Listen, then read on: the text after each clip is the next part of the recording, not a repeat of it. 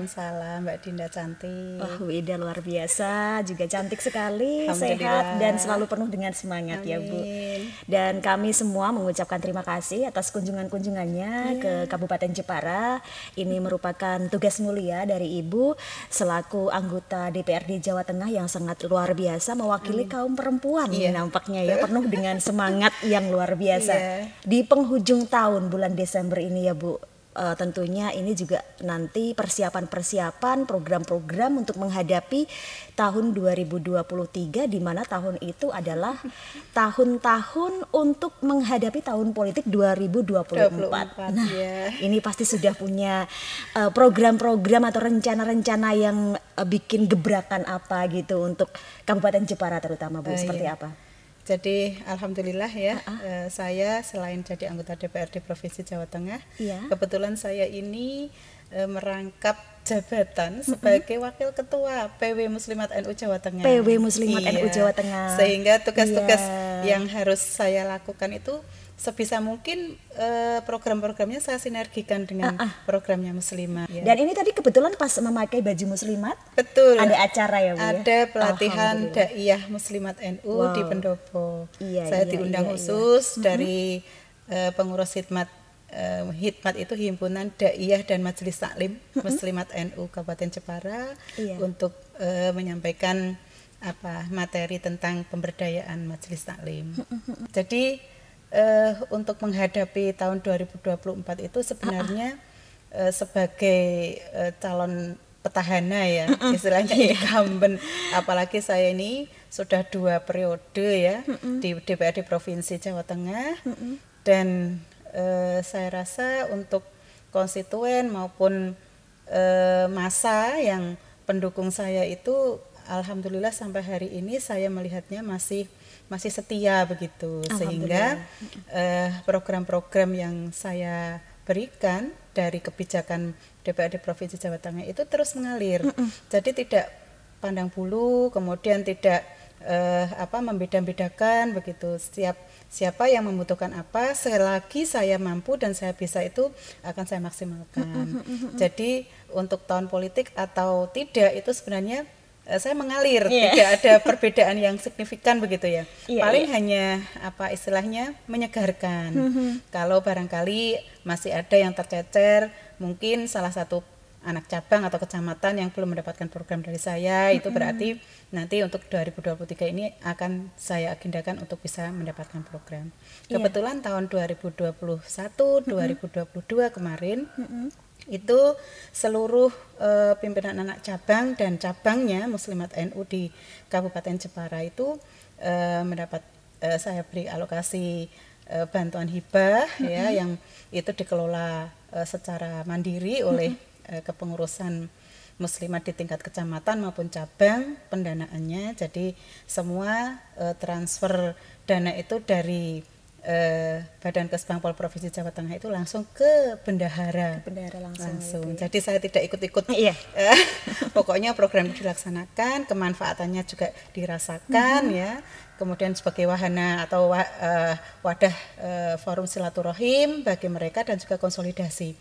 Dan tujuan saya adalah bagaimana Muslimat dan lembaga-lembaga NU yang lain itu menjadi lebih kuat ya, menjadi lebih memberikan banyak manfaat kepada masyarakat. Ibu Ida ini salah satu kader perempuan yang memberikan inspirasi kepada kita semua. Sebetulnya seperti apa sih Bu, dari pandangan Ibu, perempuan terutama di Kabupaten Jepara ini harusnya seperti apa, atau sudahkah selama ini menurut Ibu ini perempuan-perempuan ini melakukan kegiatan-kegiatan yang memang sudah tepat dan ngena gitu, atau harus bagaimana sebagai perempuan yang katanya kalau Jepara ini kan konon pemimpinnya, ikonnya adalah para perempuan pahlawan inspiratif itu Bu, Kartini, Raden Ajeng Kartini, Ratu Kalinyamat, Ratu Sima. Harus bagaimana itu? Jadi soal kepemimpinan perempuan masa depan ya, saya kira persoalan gender itu saat ini sudah seharusnya tidak dibahas lagi. Oh gitu. Artinya perempuan sudah harus setara antara laki-laki dan perempuan di dalam peran di publik ya, dunia publik itu semua harusnya sudah menyadari dan itu sudah setara. Apalagi di Jepara ini ada tokoh-tokoh yang luar biasa yang menginternasional ya, dan itu menjadi inspirasi kita semua sebagai perempuan untuk bisa menyetarakan diri dengan kaum laki-laki. Akan tetapi saya melihat di Jepara ini kemarin contohnya ya, saya meminta dari beberapa kader untuk bisa maju calon anggota DPRD provinsi misalkan atau kabupaten misalkan, itu tampaknya nyalinya belum siap gitu, nggak banyak gitu ya Bu. Iya, jadi masih ada rasa takut, kemudian ragu-ragu, bahkan banyak alasan yang disampaikan sehingga dia itu belum bisa memenuhi untuk meyakinkan dirinya menjadi calon anggota legislatif. Padahal ini kan sudah masa-masanya ya mendaftar di partai politik, dan semua partai politik saya kira bisa menerima pendaftaran itu. Utamanya di Partai Kebangkitan Bangsa ini sangat respon sekali, apalagi Pak Muhaimin Iskandar itu sangat memberikan ruang kepada perempuan. Satu bukti yang bisa kami dapatkan ya dari beberapa calon yang kemarin istilahnya advokasi, ya, kemudian didorong, kemudian dibantu secara finansial, ya, kebijakan juga itu banyak yang dari kalangan perempuan.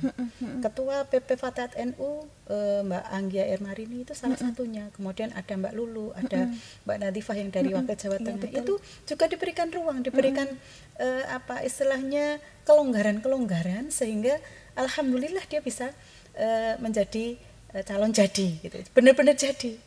Demikian halnya Gus Yusuf ya di DPRD Provinsi Jawa Tengah itu juga memberikan banyak advokasi kepada perempuan. Saya salah satunya, setiap kali dikampanyekan beliau kemana-mana gitu kan. Kemudian juga ada Ketua PW Fatayat Jawa Tengah Mbak Tazkiyatul Mutmainah itu juga sama, diberikan kelonggaran, kemudian dibantu secara banyak hal gitu untuk bisa jadi, bagaimana perempuan itu bisa jadi. Nah, ini target kita. Kebetulan saya juga sebagai Ketua Perempuan Bangsa Jawa Tengah, di mana saya salah satunya bertugas untuk menyediakan kader-kader yang bersedia dan mau sungguh-sungguh maju di dalam kontestasi politik PKB yang akan datang. Ini juga saya sudah mendorong dari Kabupaten Kota Jawa Tengah, utamanya di Jepara. Saya juga sudah menyapa banyak teman perempuan ini, ayo maju gitu. Karena begini ya, kalau kita sebagai ormas, kemudian kita itu hanya bisa berharap dari luar gedung, ya kan? Misalnya kita punya aspirasi, saya pingin misalkan UMKM perempuan itu diadvokasi, diberikan modal, melakukan pendampingan dan lain-lain gitu. Itu kalau hanya kita bersuara dari luar, itu hanya sebatas aspirasi. Dan aspirasi itu belum tentu ya diterima dan diteruskan dan diwujudkan dalam sebuah kebijakan, itu belum tentu. Kalau tokoh perempuan atau seorang kader perempuan itu masuk di dalam DPR, DPRD misalkan, kemudian dimasuk di dalam badan anggaran misalkan, atau dimasuk di dalam komisi yang membidangi ekonomi, tentu akan beda ceritanya. Ya kan? Nah, untuk kebijakan tersebut maka dialokasikan anggaran untuk pendampingan UMKM perempuan sekian. Itu kan wujudnya jelas. Betul. Dan tidak hanya bersuara. Itulah kenyataannya bahwa negara kita ini negara demokrasi, dan demokrasi di Indonesia itu adalah melalui partai politik. Kalau ada orang yang gak partai-partaian, keliru gitu loh, ya.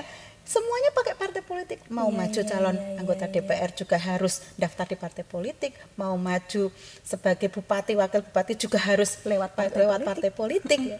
Kalaupun independen bisa, tapi aturannya kan berat, lebih berat, ya kan? Nah itu, sehingga saya menghimbau kepada segenap perempuan yang ada di Jepara ini, ayolah, mumpung ini masih terbuka lebar, mari kita istilahnya kuatkan hati, tekadkan diri untuk ikut berpartisipasi menjadi calon anggota DPRD di Kabupaten Jepara. Begitu ya, Bu. Keren. Ini memang gini loh, Bu. Kadang-kadang itu rasa percaya dirinya, rasa kader begitu ya, Bu, untuk para perempuan ini untuk memberikan sumbangsihnya sebagai ikut memeriahkan di pesta nanti pencalonan legislatif seperti yang dianjurkan oleh Ibu Ida tadi, kemungkinan prediksi kami ya kayak gitu ya Bu. Dan termasuk Jepara ini banyak sekali perempuan-perempuan atau para lelaki yang menganggap bahwa perempuan itu enggak lah, harus di belakang saja. Anggapan-anggapan seperti itu kayaknya masih kental banget.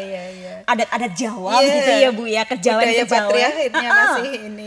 Ini mungkin kuat, yang selalu dipegang teguh oleh para perempuan sehingga mereka enggak pantas, merasa enggak pantas untuk ikut di situ gitu. Anggapan seperti ini harusnya diluruskan aja seperti gimana Bu? Jadi seperti yang saya sampaikan di awal tadi ya. Perdebatan soal kesetaraan gender itu sebenarnya harusnya itu sudah tidak lagi diperdebatkan. Kita ini kan di hadapan Allah saja sama, yang membedakan hanya tingkat ketakwaan kita, apalagi di hadapan manusia. Di hadapan hukum juga sama gitu. Namun karena statnya antara laki-laki dan perempuan di dunia politik ini itu berbeda, maka perempuan perlu namanya afirmasi, perlu ada namanya dorongan, ada semacam dukungan kelonggaran itu. Nah, afirmasi itu biasanya mulai dilakukan kalau soal aturan perundang-undangan sudah jelas. Kita sudah punya afirmasi terkait dengan pencalonan, masuk di partai politik itu kalau susunan kepengurusan hariannya itu tidak memenuhi sekurang-kurangnya 30%, dia tidak akan lolos di dalam verifikasi, ya kan? Kemudian di dalam pencalonan juga sama. Di dalam pencalonan, jika partai politik tersebut di dalam satu dapil tidak mencantumkan calon anggota legislatif perempuan sekurang-kurangnya 30%, itu juga partai politik tersebut tidak bisa mengikuti pemilu. Itu kan sudah dilakukan afirmasi oleh negara sebenarnya. Tinggal kita perempuannya, loh sudah ada peluang, sudah ada kesempatan, sudah ada afirmasi secara perundang-undangan hukum itu sudah ada. Itu kesempatan. Kenapa kita masih minder? Kenapa kita masih malu? Ya mungkin gini ya. Pengalaman saya dulu itu memang modalnya nekat. Saya itu bermodal awal terjun di dunia politik itu kan pertama jadi ketua Fatayat di Kabupaten Demak sana. Iya. Kemudian tiba-tiba saya dimasukkan dalam jajaran susunan kepengurusan. Saya waktu itu juga kok aku masuk partai politik gitu. Nah ternyata ketika saya komunikasikan, saya sowan kepada para kiai. Loh, lah awak mungkin jaluk dadi pengurus apa ora? Mboten Yai. Lah nek ngono kuwi jenenge amanah. Amanah ki kudu dilakoni begitu ceritanya. Akhirnya dari situ berarti saya ini mendapatkan mandat. Mandat dari para kiai, mandat dari masyarakat untuk berkiprah di dunia politik. Dan alhamdulillah dukungan keluarga memang sangat mensupport penuh. Iya, sangat-sangat diperlukan. Nah, alhamdulillah keluarga saya mensupport dan jadilah saya ini menjadi seperti sekarang ini Akhirnya ya setidaknya rasa canggung, rasa ragu-ragu, rasa takut itu sudah sedikit lewat. Gitu. Namun kita juga tidak boleh terlalu pede, kan?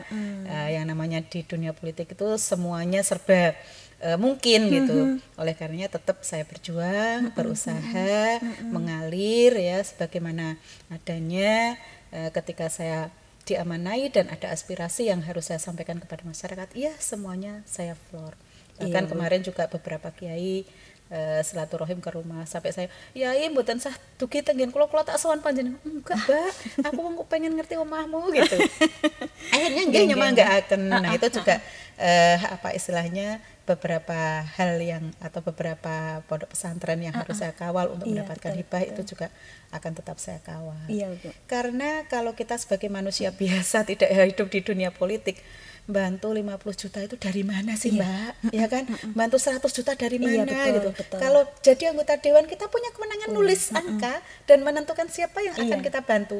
Dan hanya modal itu saja orang sudah senang gitu ya. Kita juga sudah merasa alhamdulillah ya. Tangan saya ini bisa bermanfaat untuk membantu pendirian pondok, musola, juga lembaga-lembaga pendidikan yang lain. Ini yang saya rasakan kemanfaatannya. Oleh karenanya mari ibu-ibu, sahabat-sahabat perempuan ya, kita mumpung pintu terbuka, kita masuk ke partai politik dan mendaftar sebagai calon anggota DPRD baik di kabupaten maupun provinsi, bahkan di DPR RI juga boleh ya. Betul. Soal takdir jadi itu urusannya Gusti Allah lah, gitu setidaknya. Yang penting sudah mencoba. Sudah berusaha, sudah mencoba dan diniatkan untuk berkhidmah dan berjuang. Itu yang penting. Jadi niat ibadah kepada Allah itu jalannya banyak sekali. Iya kan? Inilah DPR yang amanah. Amin, dan bisa melakukan kegiatan-kegiatan yang tentunya bermanfaat untuk sesama dan seperti yang Ibu Ida Nur Saada sampaikan tadi, 2 periode ya Bu ini sudah. Iya, di provinsi 2 periode, di kabupaten 2 periode. Nggak pernah gagal ya Bu ini, langsung kebetulan Allah menjadikan saya sejak awal saya mencalonkan diri. Kabupaten 2 periode, provinsi 2 periode. Dan insya Allah nanti masih diminta lagi untuk di provinsi lagi oleh Ketua DPW saya Sendiko Dawu. Alhamdulillah, nanti setelah itu pusat ya Bu.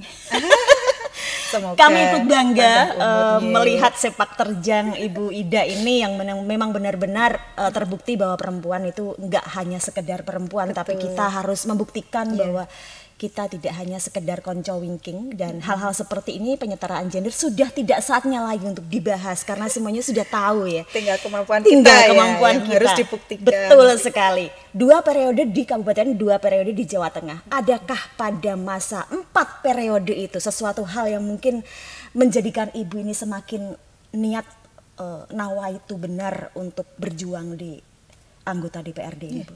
Apa itu?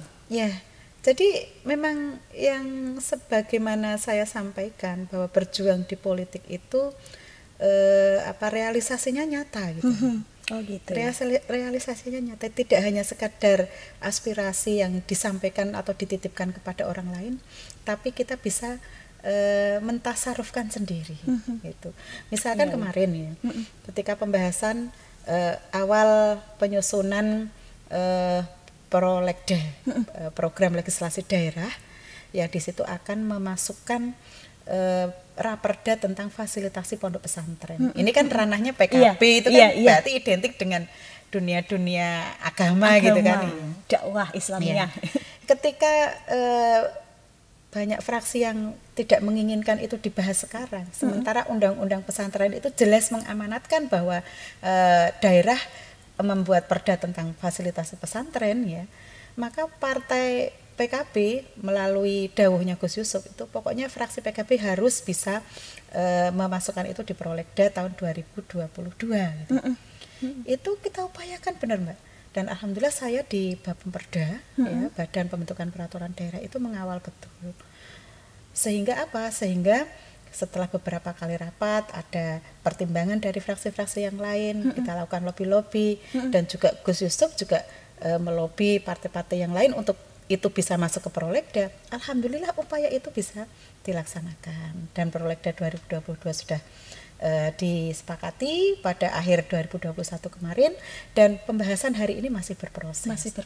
Tentu kalau ada perda tentang fasilitasi pesantren yang diuntungkan kan warga Nahdliyin. Nah, inilah mungkin basis kami yang dari Nahdlatul Ulama, yang dari PKB, apalagi saya di Muslimat NU itu kan banyak sekali para yai, para bunyai yang mengelola pesantren, saya kira akan bisa mendapatkan perhatian oleh pemerintah daerah Provinsi Jawa Tengah. Dan itu tidak bisa dilakukan oleh organisasi yang di luar DPR, ya kan? Nah, kalau kita nyata memperjuangkan kemudian menjadi sebuah perda itu dilaksanakan, apalagi ketika di dalam perda itu mengamanatkan bahwa ada semacam anggaran yang dialokasikan kepada pesantren, itu kan salah satu wujud yang luar biasa gitu. Coba kalau kita bantu pesantren sendiri paling berapa sih? Iya betul. Kalau itu sudah menjadi tanggung jawab pemerintah, karena pesantren juga sebuah lembaga yang sudah bergerak dalam hal pendirian negara sejak sebelum kemerdekaan itu sudah berperan. Tapi kenapa sampai 70 tahun merdeka itu belum mendapatkan asarnya atau istilahnya keuntungannya ya, sementara yang lain-lain sudah kan? Nah itu. Nah ini kita memperjuangkan itu, alhamdulillah ini berproses dan mohon doanya semoga fraksi PKB dan teman-teman di Pansus bisa segera menyelesaikan perda tersebut. Inilah saya katakan kalau kita itu menjadi wakil yang amanah itu ya tentu memperhatikan dan memperjuangkan aspirasi dan juga keinginan dari warga kita. Iya Bu, kalau memang kita ingin berjuang itu banyak pos-pos yang sebetulnya itu tidak hanya di keanggotaan DPR.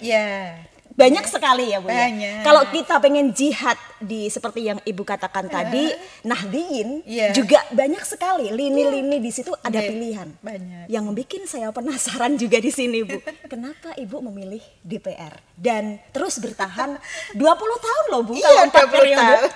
Keren banget ini. Saya juga kemarin berpikir ternyata saya ini udah 20 tahun. Sebentar ya, lagi nanti 25 tahun Bu. Amin, Kenapa amin. Ibu memilih ini? Adakah yang keren di situ Bu, menarik Ibu gitu? Iya, kalau saya itu sejak dulu nggak punya cita-cita jadi anggota DPR Mbak sebenarnya. Ya karena amanah itu. Jadi karena berdasarkan amanah tadi awal saya sowan-sowan kepada Kiai, Kiai kok saya diberi tugas atau dimasukkan dalam susulan kepengurusan PKB itu pripun lah. Saya itu kan nggak pengen di partai gini gitu kan. Jawaban beliau begitu, berarti itu mandat untuk saya. Selama mandat belum dicabut, berarti saya harus terus memperjuangkan ini. Dan bisa eksis, lebih bermanfaat dan bisa memberikan yang terbaik, mewujudkan karya-karya yang lebih banyak lagi untuk kemanfaatan dan kemaslahatan umat gitu. Jadi selama mandat belum dicabut ya insya Allah terus berjuang. Dan semua melihat kiprah dari Ibu Ida ini memang keren ya. Kalau kita lihat 4 periode sebentar lagi 25 tahun di anggota DPR. Belum lagi nanti DPR pusat.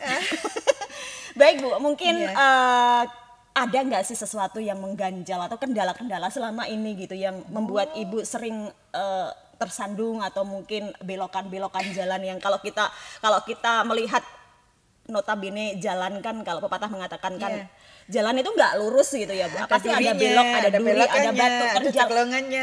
Nah seperti itu. Gimana Bu? Bisa diceritakan sedikit singkat gitu?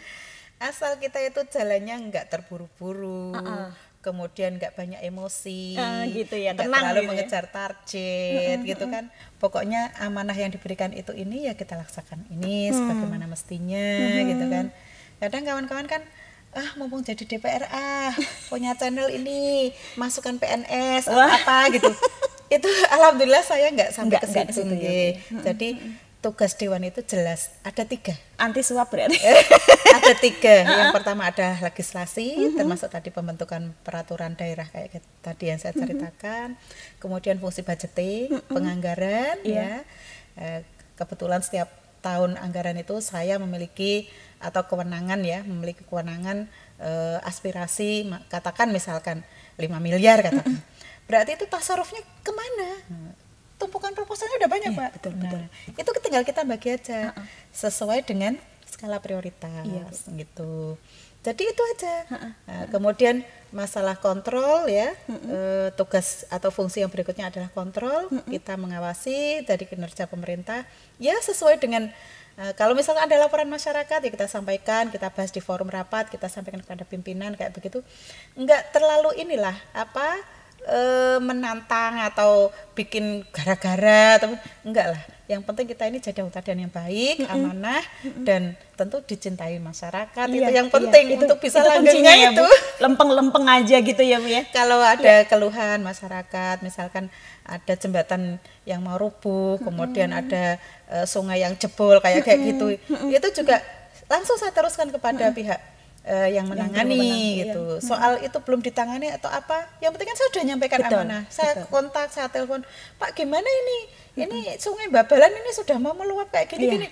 Laporan dari kepala desanya Pak begini kayak gitu itu langsung saya yang penting dikawal terus ya Bu ya itu sampai tuntas gitu mungkin. Akhirnya walaupun mungkin belum terwujud belum mungkin dilakukan normalisasi itu contoh-contohnya. Tapi saya menyampaikannya itu mereka tahu, sudah tak sampaikan jawabannya begini.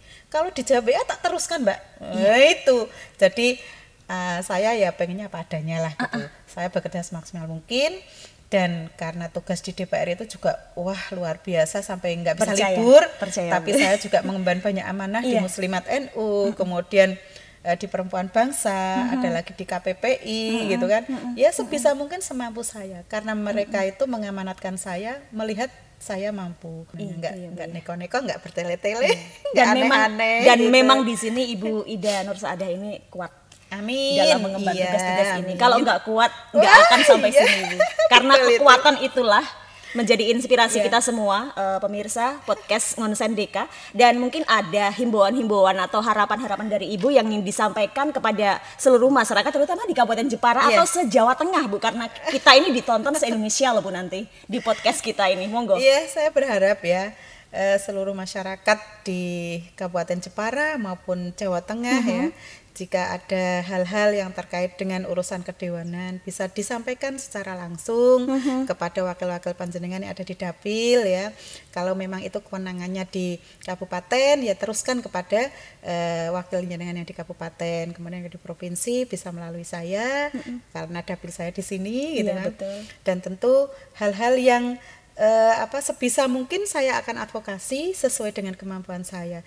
Saya itu kalau kampanye atau pas bentuk tim sukses atau gimana itu nggak pernah yang namanya janji, insya Allah saya hindari, Mbak. Iya, betul. Kalau disampaikan, Mbak ini Nanti ada ini. besok jenengan itu maunya kayak apa, itu janji apa? Enggak, saya nggak pengen janji apa-apa. Saya akan berusaha, saya bekerja semaksimal semampu saya. Itu saja sudah lemes, Mbak. Artinya sudah menghabiskan energi apalagi kita harus berjanji-janji. Nah, betul, itu saja sehingga komunikasi antara masyarakat, antara rakyat dengan wakilnya itu bisa lancar. Jadi kalau komunikasinya lancar itu tidak ada sesuatu yang mengganjal. Dan akhirnya ya komunikasinya clear, kita juga saling memberi manfaat, saling memberikan doa ya. Tanpa doa dari masyarakat, tanpa doa dari para sepuh itu mungkin saya tidak ada apa-apanya. Sehingga terus kami mohon didoakan agar bisa melaksanakan amanah dengan sebaik-baiknya. Betul. Amin. Iya, Bu, terima kasih. Kami juga dari tim Radio Erlisa kadang-kadang sering dibantu juga. Terima kasih. Ika Production juga mengucapkan terima kasih. Sama-sama. Dan inilah sang inspirator kita, pemirsa, sang inspirator perempuan yang mewakili kita semua. Patut kita tiru kerendahan hati Ibu Ida dan juga rasa tepos lironya, perjuangannya yang keren dan kekuatan ini yang terpenting. Tadi yang dikatakan Ibu Ida adalah kunci kesuksesan untuk kita semua, pemirsa. Terima kasih Ibu Ida, sukses selalu. Sama-sama. Assalamualaikum warahmatullahi wabarakatuh. Waalaikumsalam warahmatullahi wabarakatuh.